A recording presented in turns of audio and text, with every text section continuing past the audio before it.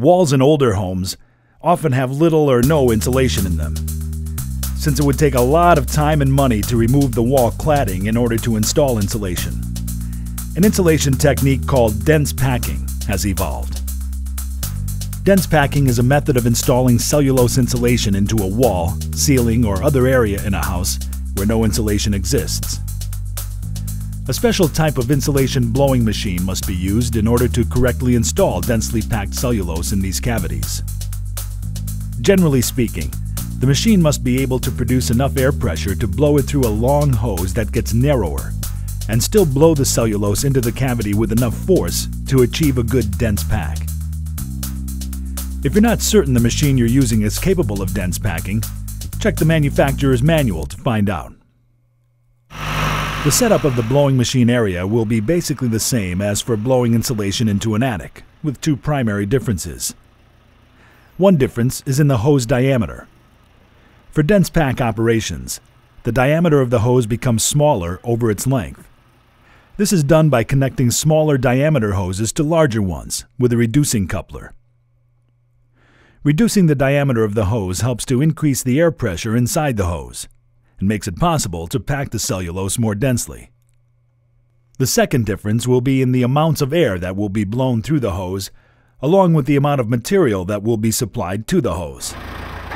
For blowing loose fill into the attic, the air pressure is kept relatively low and the amount of material fed to the hose is relatively large. When dense packing, this is reversed. The blower pressure is kept fairly high, and the amount of material fed to the hose is kept relatively low. While this setup will make the process take a little longer, if the controls aren't set in this manner, the hoses will clog, often at one of the reducers. In addition to setting up the blowing machine equipment, it will be necessary to prepare the wall that will be filled. The exterior finish of the wall will need to be removed so that the cladding of the wall is exposed. This should be done carefully and with the appropriate tools. For vinyl and metal siding, a zip tool is used to remove the siding without damage. For clapboard siding, a thin flat bar and hammer are used to carefully remove the siding. When the siding is cedar shake, the shake is cut carefully with a utility knife. And sometimes, the outside wall is masonry or another cladding that is difficult to remove or replace without making it look bad, and the dense pack is installed through the interior cladding.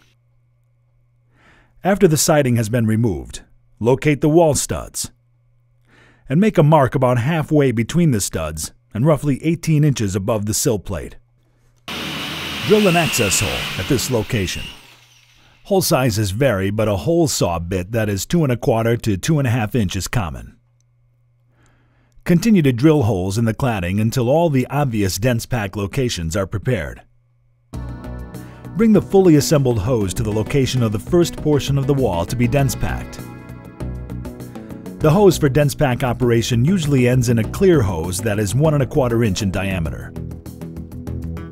The end of the hose should be cut at an angle of approximately 45 degrees to allow for easier insertion into the wall. It's also helpful to mark the hose at 1 foot intervals to make it easier for the installer to know whether or not the hose is reaching to the top of the wall. Bring the remote control to the starting location. This may be attached with a wire, or it could be wireless. What's important is that it allows the operator at the hose end to control whether or not any material is being moved. Begin the installation procedures. The person tending the installation machine should fill the hopper. A good idea at this point is to cut a hole in a large sponge and push the hose through the sponge before pushing the hose into the wall. This will reduce the amount of cellulose that will be blown back into the installer's face. The installer should begin inserting the hose into the wall. Insert the hose until it stops moving. This is why it's a good idea to mark the hose. If you know that the wall is 8 feet high, you can tell by the marks on the hose if it has reached the top. If it has not reached the top of the wall, there's something blocking it, and another access hole will be needed above the blockage. When the hose has gone as far as it can, pull it back about 1.5 feet. This will allow the cellulose to flow without clogging the hose. After the hose has been positioned correctly, Use the remote to run the blower, only for 20 or 30 seconds, and then turn on both the blower and the material feed. Continue to blow the cellulose into the wall cavity until the cellulose stops moving through the hose. For an 8-foot by 16-inch wall section, this should take 2 to 3 minutes. Remove the hose a little at a time. As the hose is removed, the material will move and fill the void left by the hose. Push the hose in and out as it is removed for the best possible results.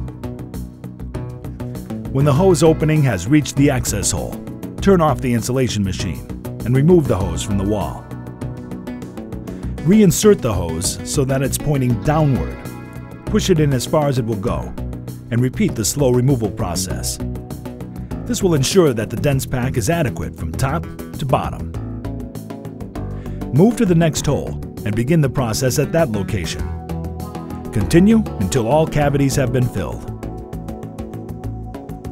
When the dense pack operations have been completed, carefully take the hoses apart, roll them up, and store them as directed by your supervisor.